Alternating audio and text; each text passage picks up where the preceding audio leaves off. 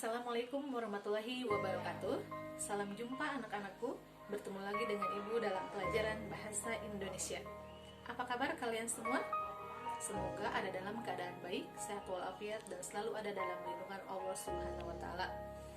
Meskipun masih dalam situasi pandemi COVID-19, tapi jangan mengurangi rasa semangat kalian untuk belajar. Lebih aktif, kreatif, dan juga selalu melakukan protokol kesehatan yang utama, yaitu 3M. Yang pertama, memakai masker, yang kedua mencuci tangan, dan yang ketiga menjaga jarak. Ibu sarankan apabila tidak ada kepentingan yang mendesak, kalian tetap berdiam diri dan berada di rumah. Baiklah, sebelum pembelajaran kali ini dimulai, marilah kita berdoa terlebih dahulu. Berdoa dimulai. Berdoa dapat diakhiri. Baiklah, pada pembelajaran hari ini kita akan belajar mengenai teks persuasif. Adapun tujuan pada pembelajaran hari ini, yang pertama, kalian harus bisa merumuskan pengertian teks persuasif. Yang kedua, kalian harus bisa mengidentifikasi ajakan-ajakan dalam teks persuasif. Yang ketiga, kalian harus bisa merumuskan informasi yang terdapat dalam teks persuasif berdasarkan bagian-bagiannya. Yang keempat, kalian harus bisa menyimpulkan cara menyajikan informasi isi dalam teks persuasif. Simak baik-baik materi yang akan Ibu berikan. Pernahkah kamu terbujuk orang untuk berbuat sesuatu? Nah, itu artinya kamu sudah cukup akrab dengan hal-hal yang bersifat persuasif. Itu berarti pula, teks persuasif bukan lagi hal yang asing bagi kehidupan kamu sehari-hari. Bahkan, kemampuan untuk bisa mempengaruhi orang atau disebut berpersuasif sangat penting kamu kuasai, misalnya dalam kegiatan berbicara di depan umum. Dalam pembelajaran kali ini, kalian akan memahami dan menelaah teks persuasif lebih dalam. Dengan begitu, kamu pun akan mudah pula di dalam mempersuasi orang lain untuk bersama-sama berbuat sesuatu yang bermanfaat. Baiklah, pembahasan yang pertama dalam pelajaran teks persuasif ini adalah kamu harus mengetahui atau merumuskan pengertian teks persuasi. Teks persuasi terdiri dari dua kata, yaitu teks dan persuasif. Menurut Kamus Besar Bahasa Indonesia atau KBBI, teks adalah naskah yang berupa kata-kata asli dari pengarang.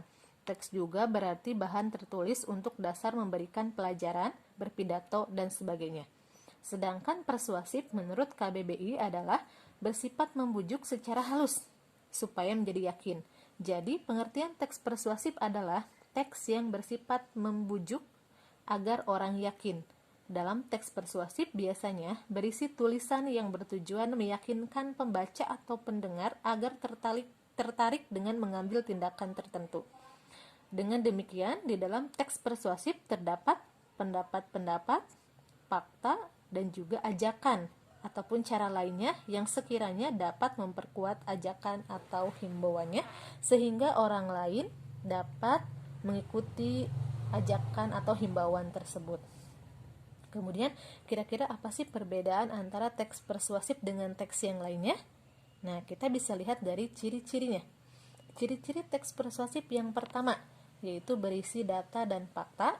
Yang kedua, argumen atau pendapat harus meyakinkan pembaca. Yang ketiga, berisi kata-kata bujukan. Dan yang keempat, harus menghindari konflik. Nah, itu merupakan ciri-ciri teks persuasif yang dapat membedakannya dengan teks yang lainnya.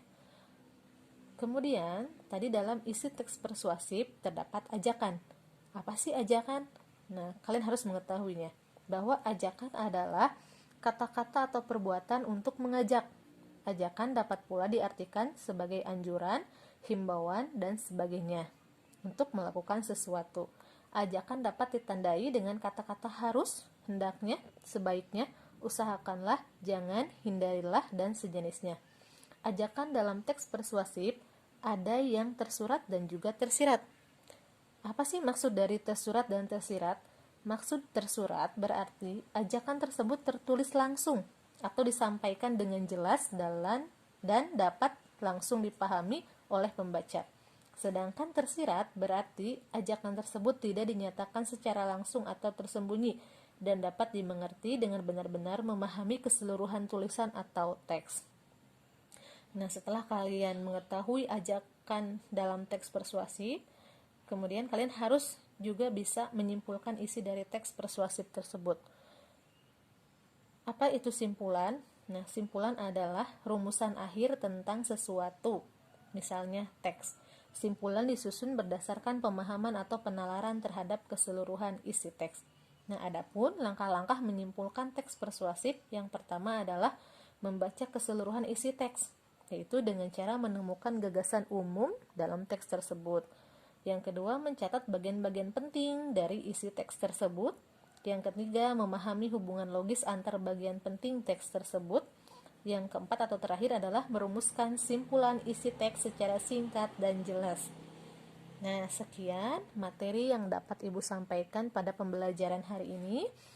Jadi, dapat Ibu simpulkan bahwa pengertian dari teks persuasif adalah teks yang bersifat membujuk agar orang yakin, dan dalam teks persuasif juga biasanya berisi tulisan yang bertujuan meyakinkan pembaca agar tertarik dan mengambil tindakan tertentu.